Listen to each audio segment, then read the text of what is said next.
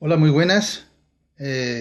Hoy vamos a tratar un tema importante que ha trascendido a nuestros corazones y del cual también hacia toda la humanidad por una manifestación que Dios ha dado y ha mostrado a través de su Hijo Jesús y que se queda reflejado en el versículo 3:16 de San Juan y se refiere al amor, de la manera en como Dios amó al mundo.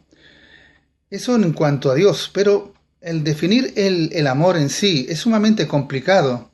Pero lo cierto es que esta definición se convierte en una dura tarea, porque hay muchísimas opiniones y maneras de enfocarlo. Pero es un concepto universal. En la palabra de Dios, y nos vamos a situar en el capítulo 13 de Primera de Corintios, desde el versículo 4 al 7, donde vamos a ver las cualidades que representa el amor. Y dice así: el amor es sufrido, es benigno, el amor no tiene envidia, el amor no es jactancioso, no se envanece, no hace nada indebido, no busca lo suyo, no se irrita, no guarda rencor, no se goza de la injusticia, mas se goza de la verdad, todo lo sufre, todo lo cree, todo lo espera, todo lo soporta. Como hemos visto, mide las profundidades de lo que significa, pero también es un poderoso antídoto que neutraliza el mal. Y vamos a mirar varios aspectos, como es el odio, el rencor y los prejuicios que en tiempo de Jesús se veía, pero que también de alguna manera eso ha trascendido incluso a nuestros días, estas tres particularidades. Pero vamos a añadir versículos que vamos a comprender mejor estas situaciones. El primero de ellos, el odio. Y he buscado una escena a donde situamos a los judíos y a los romanos. Presenta indignación y es un conflicto social. Los judíos se encontraban dominados por un imperio, Roma, que acentuó su poder imponiendo duros impuestos. La autoridad, como se puede ver, era manifiesta y se llevaba a cabo acciones como sediciones y sublevaciones, haciendo cada vez más difícil la convivencia entre ambos. Por su parte, los romanos infringían a los judíos con un método de castigo, la crucifixión, un método de dominio público, de escarmiento, para que nadie se interviniese y se levantase contra César. La consigna de los judíos, por su parte, era acabar con la opresión enemiga, y a ellos se unieron los celotes, que era un grupo revolucionario, la facción más violenta del judaísmo, que usaba la fuerza con la finalidad de alcanzar la libertad e independencia ansiada, aparte de un pueblo que estaba alimentado en esa esperanza por la venida del Mesías. Vamos a situarnos en materia y vamos a ir al Evangelio de San Mateo, en el capítulo 5, un versículo 44, que nos marca una acción que es contraproducente para los judíos, y lo vamos a leer. Pero yo os digo, amad a vuestro enemigo, bendecid a los que os maldicen, haced bien a los que os aborrecen y orad por los que ultrajan y os persiguen. Como comprenderéis, en una situación como los que estaba viviendo los judíos, era imposible que esto cabiese en sus corazones. Pero Jesús viene a romper los esquemas establecidos en los que los judíos estaban encasillados. Habló también de la ley del talión, el ojo por ojo y diente por diente, que Dios reveló a Moisés como ley y que se acogieron los judíos para referirse a la venganza, como se pone en Éxodo capítulo 21, versículo 24.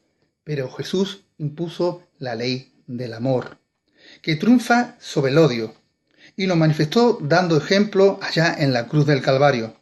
Allí se expone en el versículo de San Lucas capítulo 23 y versículo 24 cómo Jesús se manifiesta para perdonar a aquellos que le estaban oprimiendo, a aquellos detractores que estaban delante al pie de la cruz, viendo sufrir al Maestro.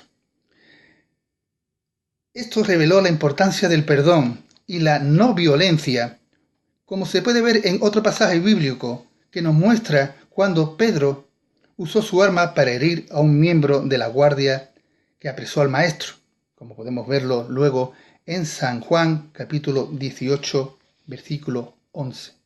Jesús, como vemos después, recriminó a Pedro por su actuación. La violencia solo consigue empeorar la situación, pero el amor en sí abre una puerta que aplaca la ira en medio del conflicto. En el segundo punto, el rencor lo he situado en una escena entre judíos y samaritanos, que no se trataban, y que realmente presenta el resentimiento y el conflicto era moral.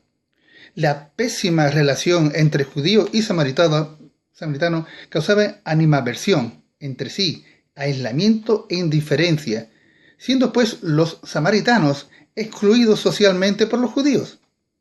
Como podemos ver en el pasaje de San Juan, en el versículo 1 al 26 del capítulo 4, el maestro, con su acercamiento a esta mujer samaritana, que es el encuentro que Jesús tuvo, abre una vía de comunicación y de reconciliación, de perdonarse mutuamente, necesitados de comprensión, diálogo y aceptación.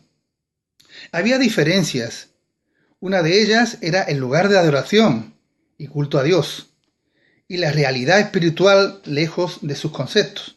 Pero Jesús vino a reflejar la verdad sobre estas cuestiones que se estaban planteando entre ambos pueblos.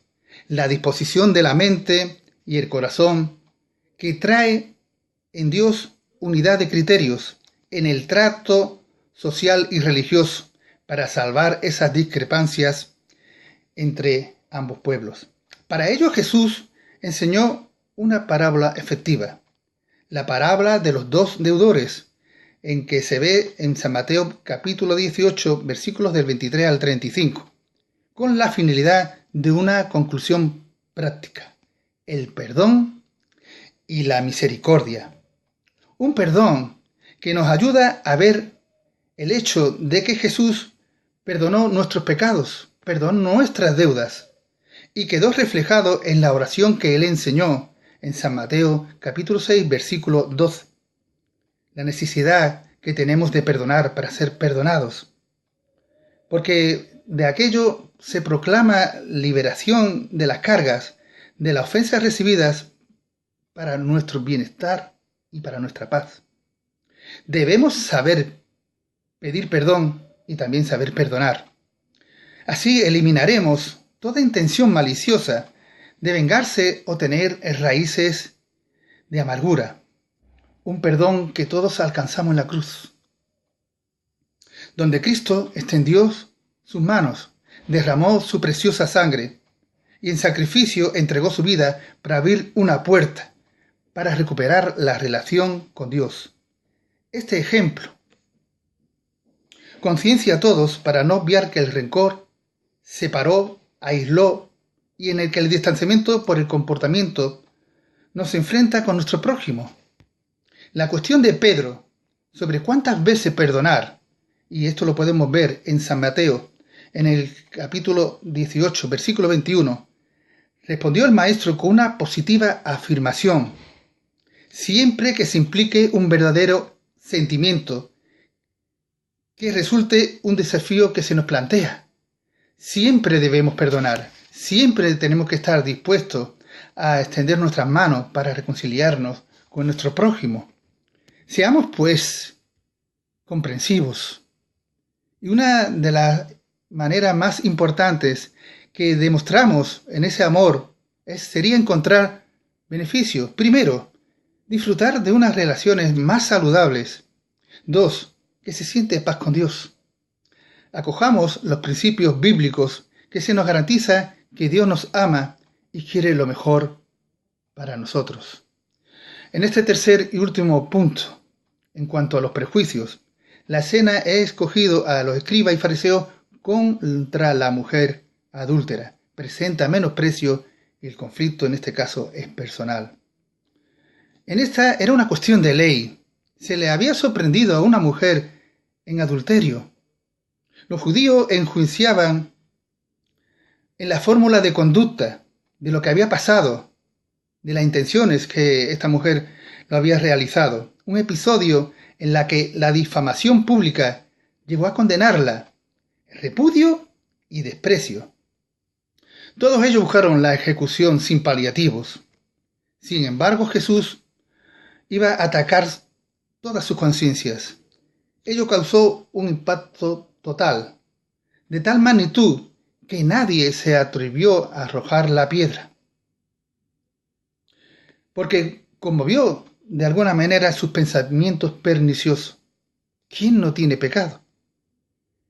Todos tenemos faltas y errores, y Jesús nos hace ver que no debemos juzgar, como lo expone en capítulo 7, versículos 1 y 2 de San Mateo.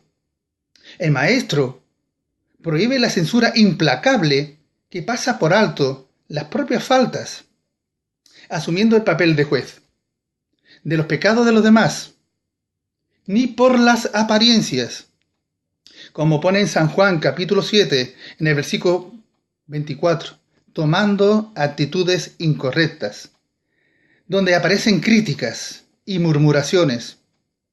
Somos rápidos para levantar el dedo acusador, ocultando los propios pecados, desviándolo para enfocarlo en el prójimo. Sin embargo, si reflexionamos sobre nuestras vidas, siendo justos, nunca condenaremos.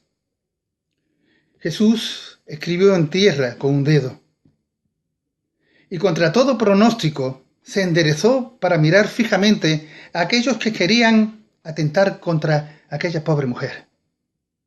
Jesús no la condenó, y esto entró en conflicto con todos ellos, porque la actitud de compasión del Maestro contrarresta con la intención de injusticia, siendo todos pecadores, y esto es una realidad indiscutible.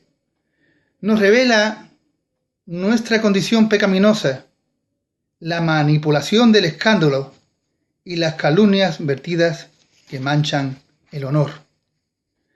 De esta situación podemos aprender a que en nuestra situación pecaminosa todos somos pecadores. No tenemos por qué actuar contra el prójimo, porque si no hemos hecho esa misma cosa, habremos hecho otras.